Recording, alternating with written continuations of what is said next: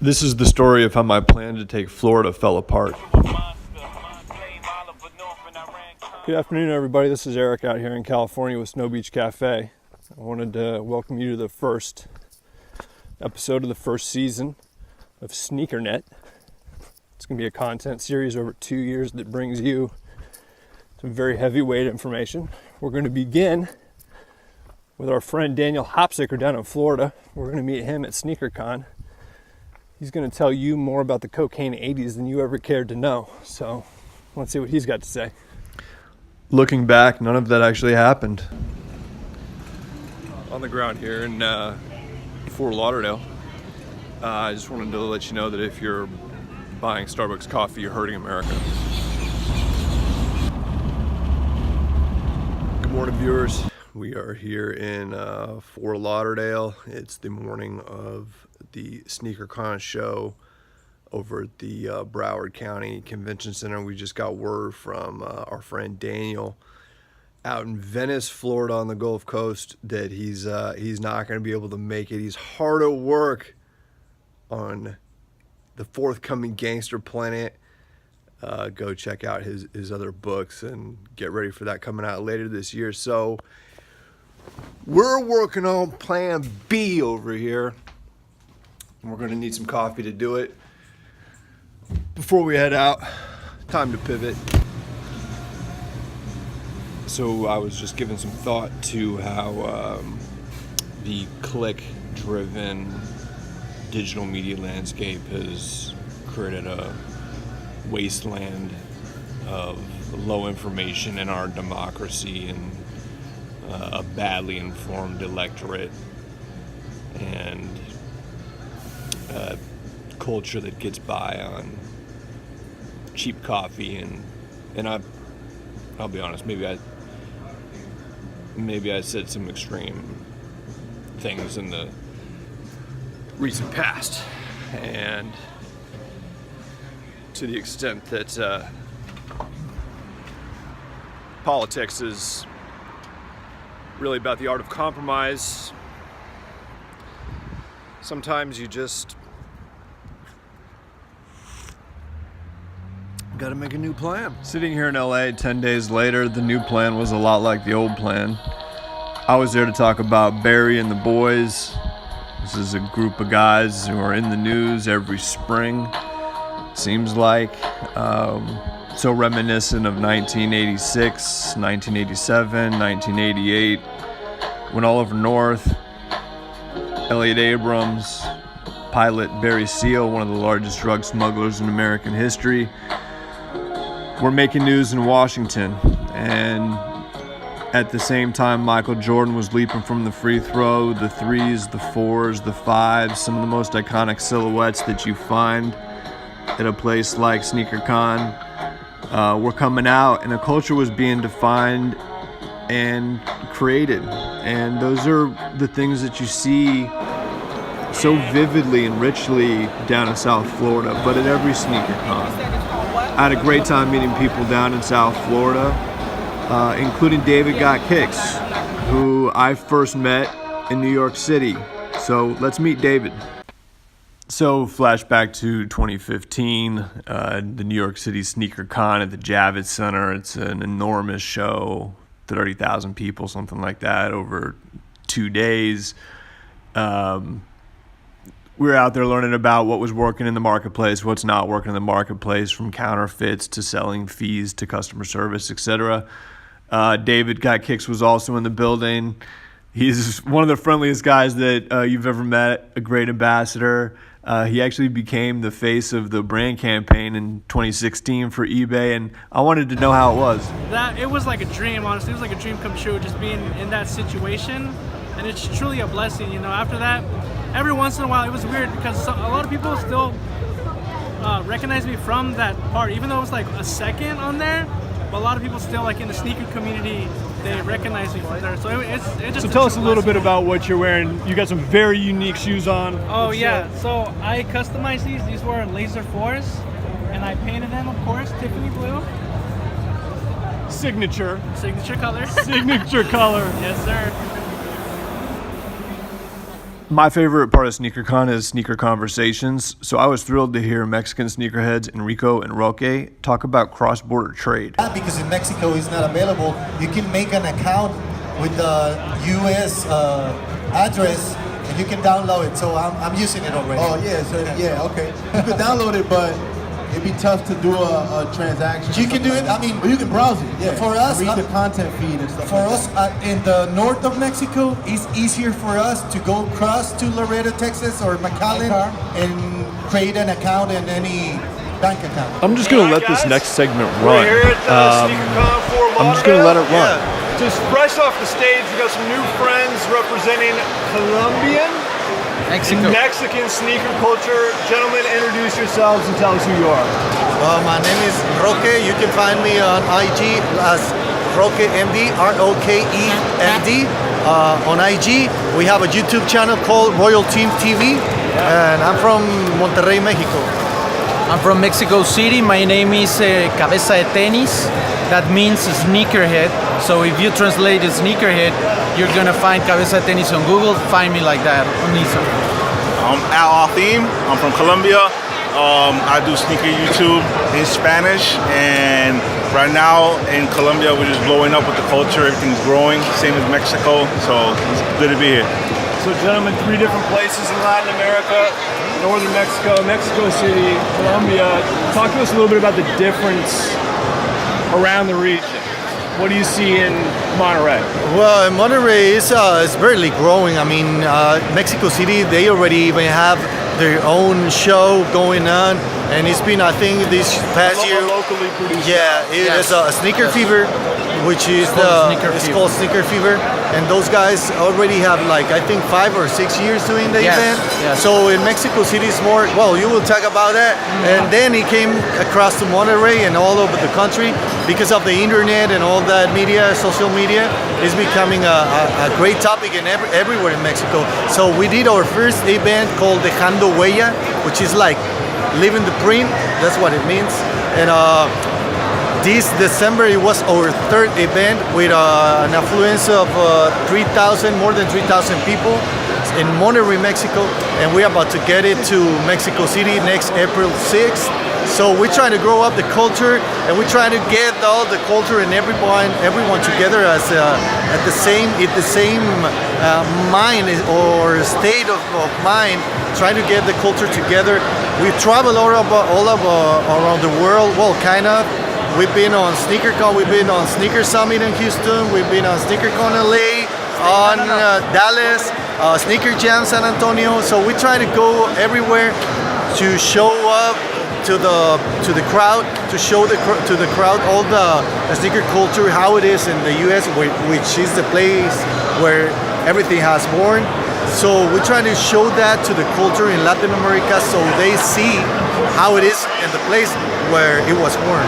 Yeah. So that was usually what we're trying to do.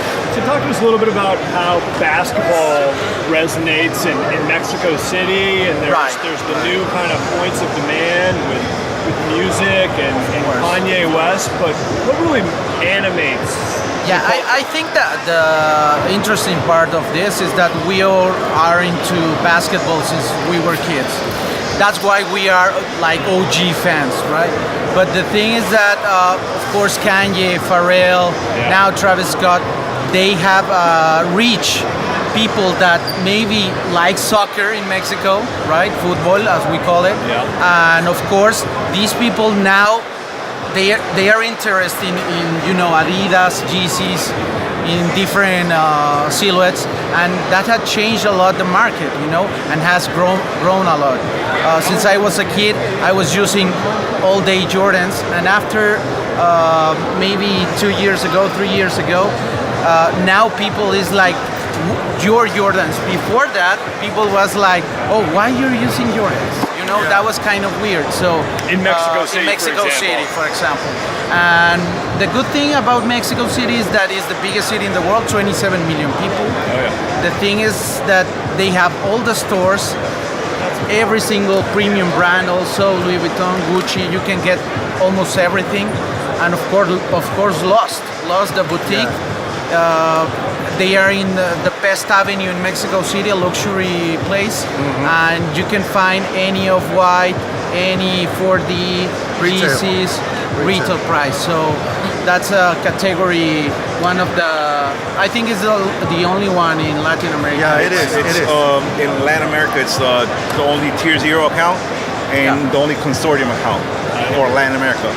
And like what you're saying, like the music and like the arts in Colombia, it's not so basketball, it's more soccer literally.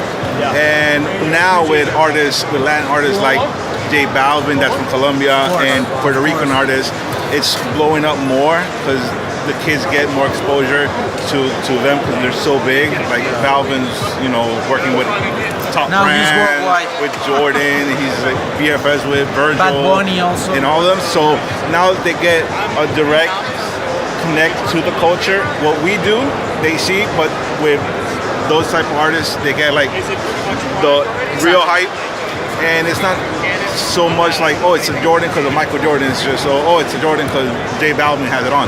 That's what we're at right now. But it brings more people to the culture, and right now it's in style. It's kind of hype, so people are liking it, and hopefully people learn. And when the bubble bursts, people that like it stay, and people that just move on can move on. Prices get better for all of us Yes, in the marketplace. of course. Yes. So was basketball one of the initial inspirations to kind of get into it? I suppose like the States as well. Michael Jordan's an international figure, and that explains. I think so. Yeah, that's for sure. I mean, myself personally, and I think everyone that I know that starts on sneaker culture was because of Michael Jordan. So that's, well, probably you're not, but in Mexico it is. No, like I grew up here. Miami Heat, so I grew up in Miami, so my contact with sneaker culture was basketball.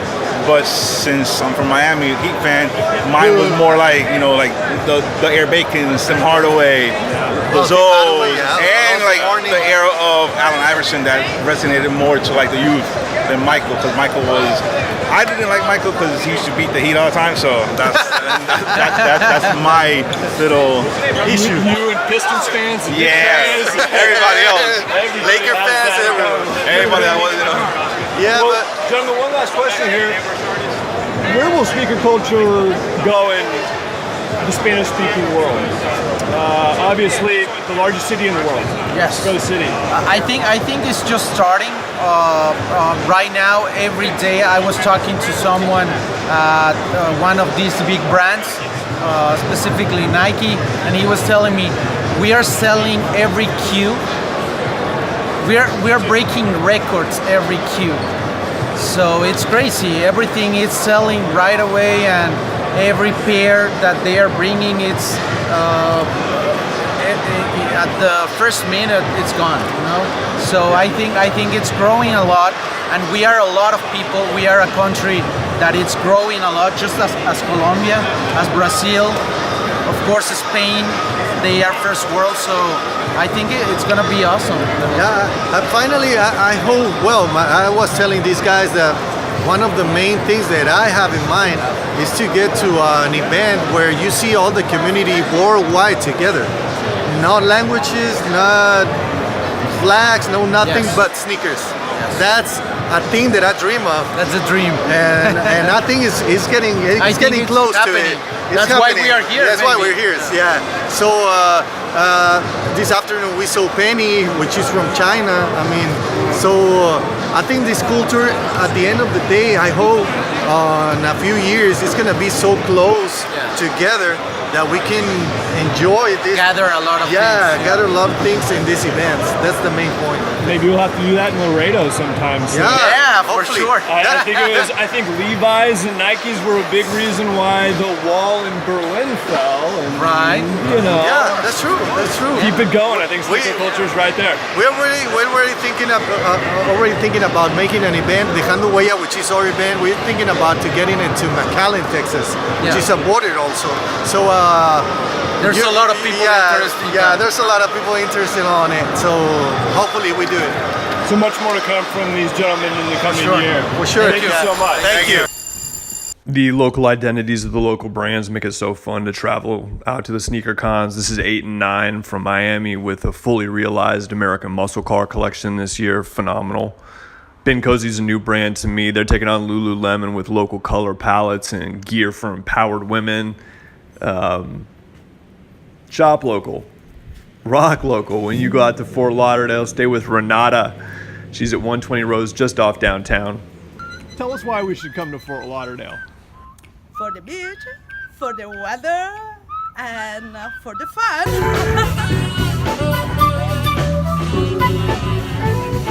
Rum, Coke, Jazz, Pepsi's not okay.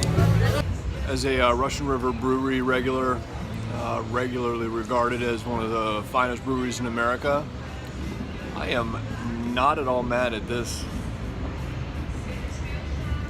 Funky Buddha here at the downtowner in Fort Lauderdale. This is Eric here, Snow Beach Cafe. We are signing off from South Florida. We're headed to the airport right now to head to Manhattan, where in a couple days we will leave from Penn Station through Chicago, ultimately to Union Station in Los Angeles.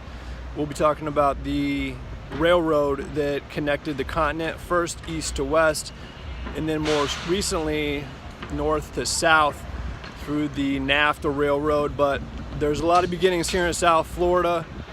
Fort Lauderdale was a city built ultimately by the railroad in the early 20s, and the development of Florida here during that time. So stay tuned to hear a lot more about the rail. Blame Reagan for making me to a monster.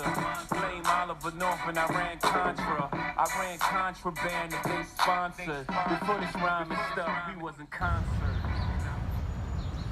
Eric here, Snow Beach Cafe. One last shot before the haircut. We last saw you when I stepped off the train coming from Chicago. This is the view right across the street. Come and visit LA. What are you doing? This is the pilot episode of the show. No.